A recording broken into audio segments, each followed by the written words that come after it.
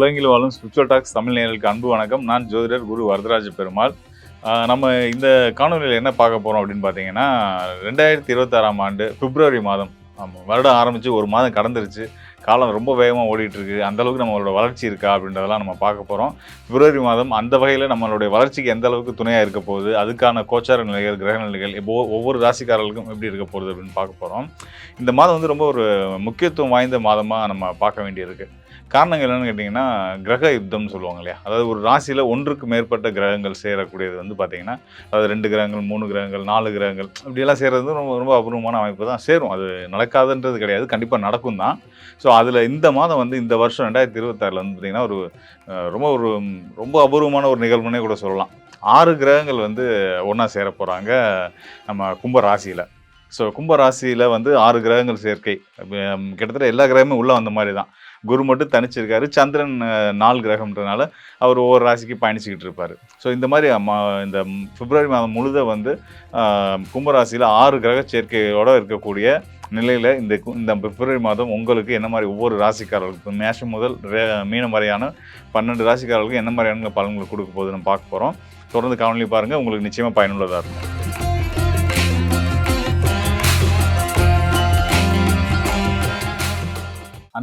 அன்புக்குரிய மீனராசிக்காரர்கள் அப்படின்னால எப்படி நம்ம யாரை ஞாபகம் வச்சுக்கலாம் அப்படின்னு நான் யாரை ஞாபகம் வச்சுப்பேன் அப்படின்னு கேட்டிங்கன்னா, எல்லாத்தையும் செஞ்சுட்டு நான் எதுவுமே செய்யாத மாதிரி ஒதுங்கி நிற்பார் பார்த்தீங்களா, நம்ம நாட்டாம மகன் பசுபதி சரத்குமார் சார்.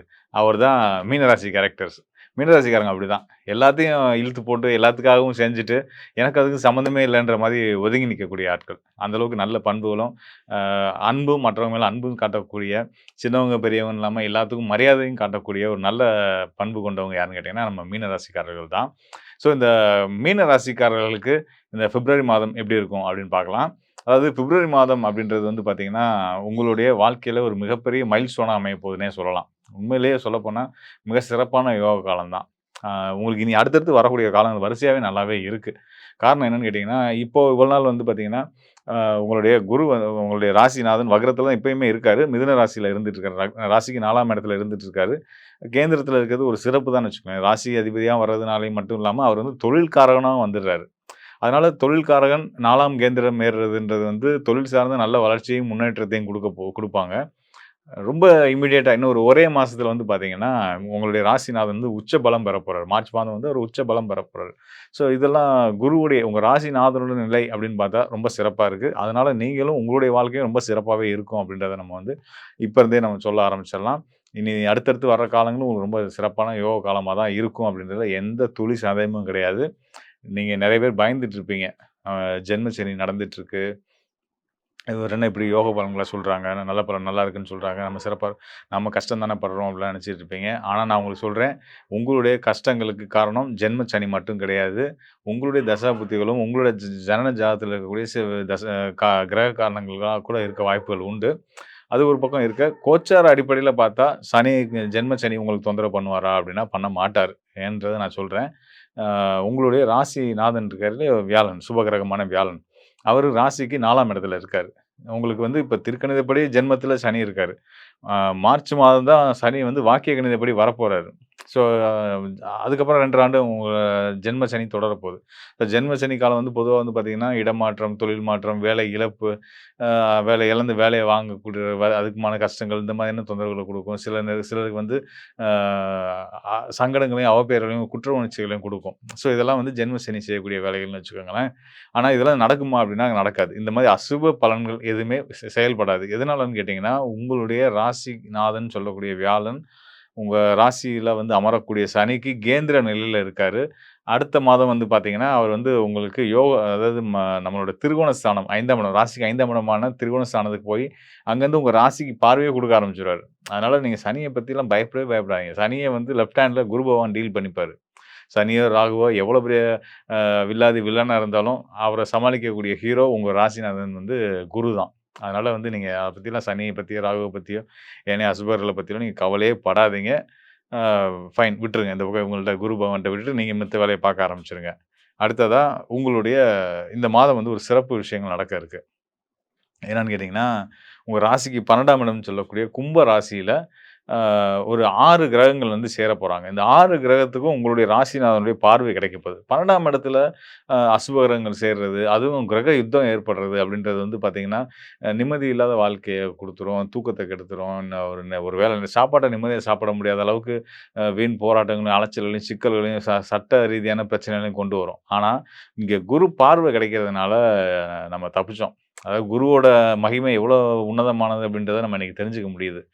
இப்படி கிரக யுத்தங்கம் ஏற்பட்டும், அந்த கிரக யுத்தத்தில சனி, சூரியன் மாரியான கிரக இணைவுகள் இருந்தாலும், சனி, செவ்வாயும் சேர்றாரு. ஸோ இதெல்லாம் இருந்தாலும் கூட குருவுடைய பார்வை இது எல்லாத்தையும் வந்து உங்களுக்கு யோகமா மாத்தி குடுக்க போறாரு.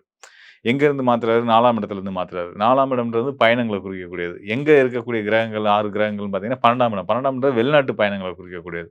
அப்போ உங்களுக்கு வந்து வெளிநாட்டு தொடர்புகள் மூலியமா நல்ல ஆதாயங்கள் இருக்கு. வெளிநாட்டு பயணங்கள் மூலியமா நல்ல ஆதாயங்கள் இருக்கு. வெளிநாட்டு வணிகங்கள் அதாவது இம்போர்ட், எக்ஸ்போர்ட் இந்த மாரி துறையில இருக்கக்கூடிய மீன ராசிகளுக்கு ரொம்ப ரொம்ப சிறப்பான ஒரு காலமா இந்த பிப்ரவரி மாதம் மட்டும் இல்ல, இத தொடர்ந்து இந்த மாதத்தில இந்த கிரகநிலைகள் ஆரம்பிச்சிருக்கனால, இது இந்த காலகட்டத்தில நீங்க ஆரம்பிக்கக்கூடிய செயல்கள் மூலியமா, உங்களோட எதிர்காலத்துக்கே மிகப்பெரிய ஒரு நீங்க ஒரு என்ன சொல்றது? ஒரு மிக சிறந்த ஒரு அடித்தளம் அமைச்சுக்கிட்டீங்க அப்படின்றத நம்ம சொல்ல முடியும். ஆ நெறைய உள்ளூருக்குள்ள சுத்தாம நீங்க வந்து வெளி நபர்களோட, வெளி மாநிலத்தவரோட, வெளிநாட்டவர்களோட தொடர்புகள ஏற்படுத்திக்கிட்டு, உங்களுடைய அ ச வளர்ச்சிய அடுத்த அடுத்த கட்டத்துக்கு நீங்க நகர்த்தி கொண்டு போறதுக்கு கிரக கோச்சார நிலைகள் ரொம்ப உறுதுணையா இருக்கு அப்படின்னு நம்ம சொல்ல முடியும். அது மட்டும் இல்லாம உங்க ராசிக்கு 4 மற்றும் 7ஆம் இடத்துக்குரிய புதன் அங்க 12ஆம் இடத்துக்கு வரப்போறாரு. ஏற்கனவே சனி, ராகு அங்க இருக்காங்க. அவங்களோட புதன் சேர்றாரு. உங்க ராசிக்கு 6ஆம் இடத்துக்குரிய அ சூரியன் 12ஆம் இடத்துக்கு வரப்போறாரு. உங்க ராசிக்கு பாக்கியாதிபதி, தனகாரகன்னு சொல்லக்கூடிய செவ்வாய் வரப்போறாரு. உங்க ராசிக்கு 3, 8க்குரிய சுக்கிரன் அங்க வரப்போறாரு. கிட்டத்தட்ட 6 கிரகங்கள் வர்றாங்க. இந்த 6 கிரகத்துக்கும் குருவுடைய பார்வை கிடைச்சு, அதன் மூலியமா உங்களுக்கு உங்களுடைய வ ச 6ஆம் இடம் 12ஆம் இடம்ன்றது விரயங்கள குறிக்கக்கூடியது. அங்க சு சுப குரு பார்வை கிடைக்கிறதுனால சுப விரயங்கள் மட்டுமே தான் இருக்கும்.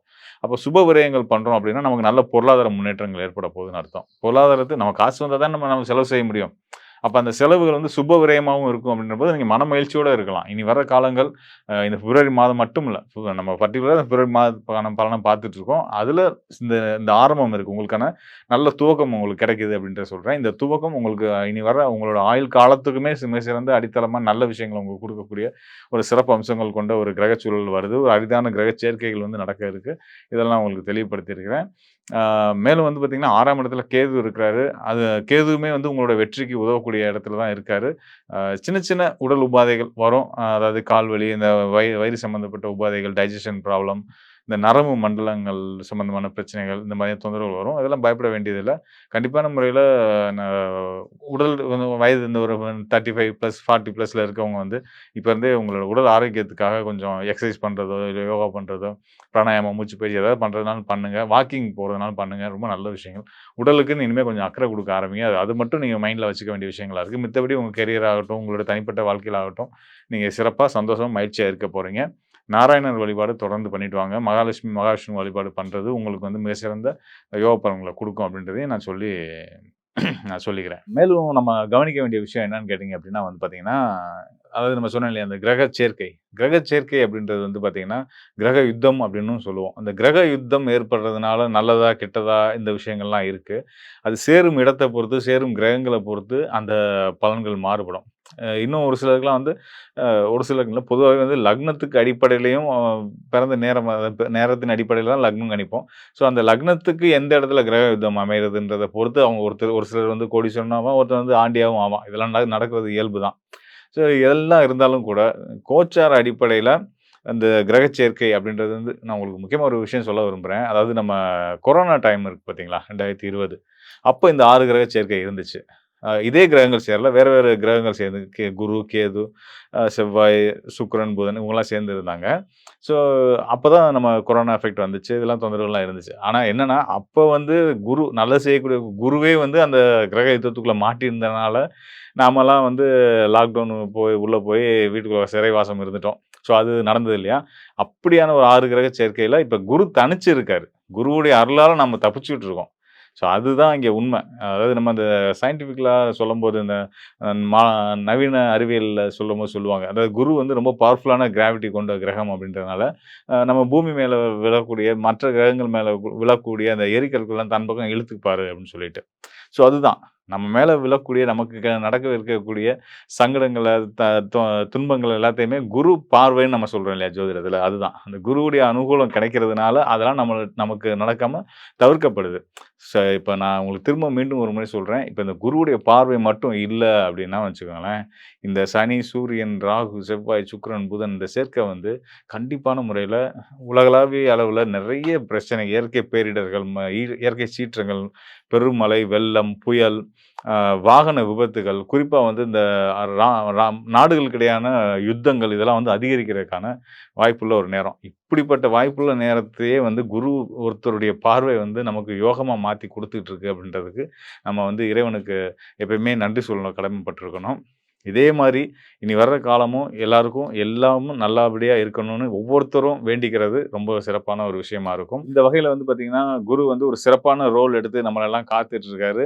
அதனால குரு இன்னும் அடுத்த மாதம்லாம் பார்த்தீங்கன்னா, மார்ச் மாதம்லாம் பார்த்தீங்கன்னா, நம்ம முன்னாடி சொன்ன மாரி அவர் உச்ச நிலைக்கு போப்போறாரு. குரு உச்ச நிலைக்கு போம்போது இந்த 6 கிரக சேர்க்கைகள் வந்து மாறிரும். அப்பயும் குருவுடைய பார்வை இருக்கும். குரு தொடர்ந்து நம்மள காத்து வந்துட்டு இருக்காரு.